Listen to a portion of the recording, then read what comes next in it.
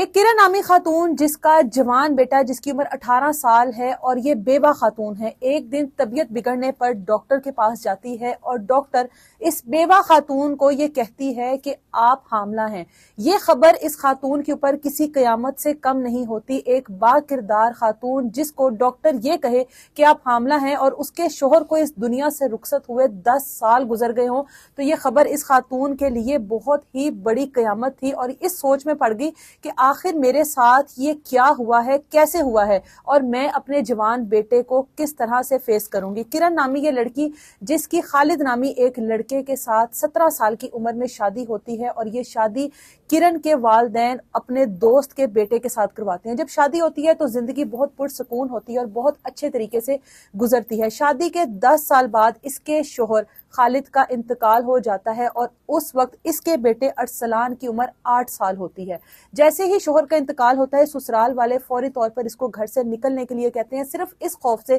کہ کہیں یہ اب ہمارے بھائی کی جائیداد پر مسلط نہ ہو جائے یا اپنے بیٹے کا حق نہ مانگنے لگ جائے۔ کرن نے ہر ممکن کوشش کی اپنے سسرال میں رہنے کی، لیکن کسی بھی صورت میں گھر والے اس چیز کے لیے نہیں مانے اور اس کو سسرال والوں نے گھر سے نکال دیا۔ اس کے بعد بچتے ہیں کرن کا ایک بھائی اور بھابھی، ان کے پاس جاتی ہے جو کہ ایک بیٹی کے والدین ہوتے ہیں۔ بھائی اور بھابھی کے پاس جاتی ہے، شروع کے 2-3 دن تو وہ بہت اچھے طریقے سے رکھتے ہیں، لیکن جب بھابھی اس بات کو سمجھ جاتی ہے کہ اب کرن نے مستقل طور پہ یہاں پہ رہنا ہے، اب یہ ایک بیوہ خاتون ہے، تو گھر کی تمام تر ذمہ داریاں کرن پر ڈال دیتی ہے اور اس کو گھر کی ملازمہ بنا لیتی ہے۔ ان کی اپنی بچی تو اسکول جاتی تھی، لیکن ارسلان کو بھی گھر کے کاموں پر لگا دیا جاتا ہے۔ ایک دن کرن موقع پا کر اپنے بھائی سے ریکویسٹ کرتی ہے کہ بھائی آپ میرے بیٹے کو کسی نہ کسی طریقے سے اسکول میں داخلہ دلوا دے، میں نہیں چاہتی کہ میرا بیٹا گھر کے کام کاج کر کے اسی طرح سے اپنے آپ کو ضائع کر لے، یہ میری زندگی کا واحد ایک سہارا ہے۔ بھائی اپنی بہن کی بات مانتا ہے اور اس کے بیٹے کو بھی اسی اسکول میں داخل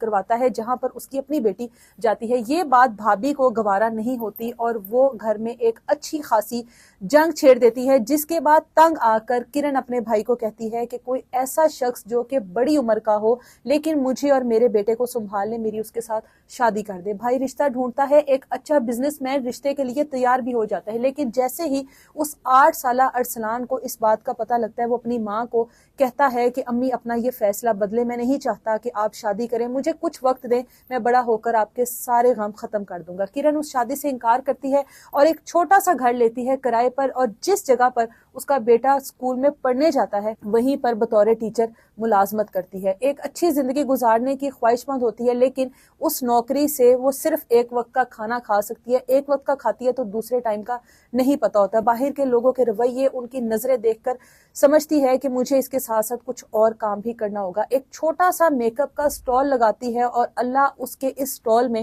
اس کی مدد کرتا ہے اور وہ بڑھتا بڑھتا ایک اچھا خاصا کاروبار بن جاتا ہے۔ اسی دکان پر ایک دن اس کا دیور سراج آتا ہے اور اس کاروبار کو دیکھ کر بہت متاثر ہوتا ہے اور اس کو کہتا ہے کہ بھابھی میں اس وقت آپ کے لیے کچھ نہ کر سکا، میں شرمندہ ہوں کیونکہ میرے اوپر بڑے بھائی کا روب تھا۔ کرن اس بات پر خوش ہوتی ہے کہ کم از کم چاہے اب ہی صحیح 10 سال بعد ہی صحیح، لیکن میرے بیٹے کو اس کے جو باپ کے گھر والے ہیں ان کا پیار اور محبت تو ملے گی۔ اب یہ دوبارہ سے ملنا شروع ہو جاتے ہیں۔ سراج کا ایک بیٹا ہے فہد، جس کے ساتھ ارسلان کی دوستی ہوتی ہے۔ اب جیسے ہی دوستی ہوتی ہے کچھ عرصہ گزرتا ہے، ارسلان کا رویہ مکمل طور پر بدل جاتا ہے، نہ وہ پڑھتا ہے نہ وہ کچھ کھاتا ہے۔ گھر کی ملازمہ کرن کو کہتی ہے کہ اپنے بیٹے پر دھیان کریں، آپ کا بیٹا پہلے جیسا نہیں ہے۔ اب کرن بیٹے سے بھی مشورہ کرتی ہے کہ کوئی بات ہے جس پر وہ پیپرز کا کہہ کر اس بات کو ٹال دیتا ہے، لیکن اس کا رویہ مکمل طور پر تبدیل ہوتا ہے۔ انہی دنوں میں کرن کے اوپر یہ خبر قیامت کی طرح گرتی ہے کہ وہ حاملہ ہے، جس کے بارے میں اس کو کسی طریقے سے بھی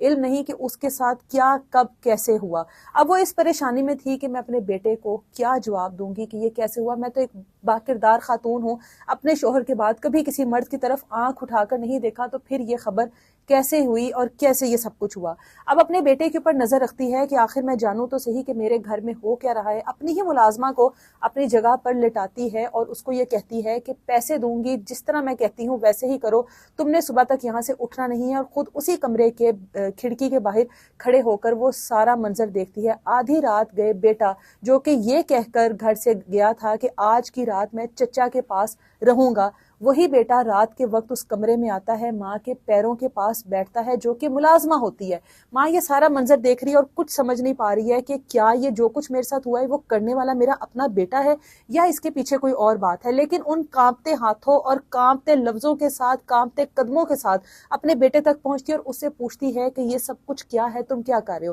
جس پہ بیٹا ماں کے سامنے بریک ہوتا ہے اور کہتا ہے کہ ماں میں نشے پہ لگ چکا ہوں اور مجھے نشے پہ لگانے والا فہد ہے جو کہ چچا سراج کا بیٹا ہے۔ ماں پوچھتی ہے میرے کمرے میں تم کیا کر رہے ہو اور یہ سب کچھ کب سے ہو رہا ہے؟ جس پر وہ کہتا ہے کہ سراج چچا روز مجھے کچھ دوائی دیتے تھے جو کہ آپ کو دودھ میں ملا کر دی جاتی تھی، اس کے بعد گھر میں کیا ہوتا ہے کیا نہیں میں نہ خود ہوش میں ہوتا ہوں نہ مجھے پتا ہے۔ اس کے بعد کرن سمجھ جاتی ہے کہ اس کے ساتھ یہ درندگی کرنے والا اس کا اپنا دیور ہے جو کہ اس وقت مالی حالات سے مکمل طور پر خالی ہو چکا تھا۔ جیسے ہی اس کے بھائی کا یعنی کہ کرن کے شوہر کا انتقال ہوا وہ تمام چیزیں انہوں نے بیچ دی اور اب اس کی نظر کرن کے کاروبار پہ تھی تاکہ اس میں وہ کرن کا پارٹنر بن سکے اور کرن کے کاروبار کے اوپر قبضہ کر سکے۔ کرن فوری طور پر پولیس اسٹیشن جاتی ہے، اپنے دیور اور اس کے بیٹے کے خلاف اپلیکیشن دیتی ہے، ان دونوں کو پولیس اپنی حراست میں لے کر آتی ہے اور اللہ کی کرنی، اللہ کی مدد ایسی تھی کہ وہ حمل جس کے بارے میں ڈاکٹرز نے کرن کو یہ کہا تھا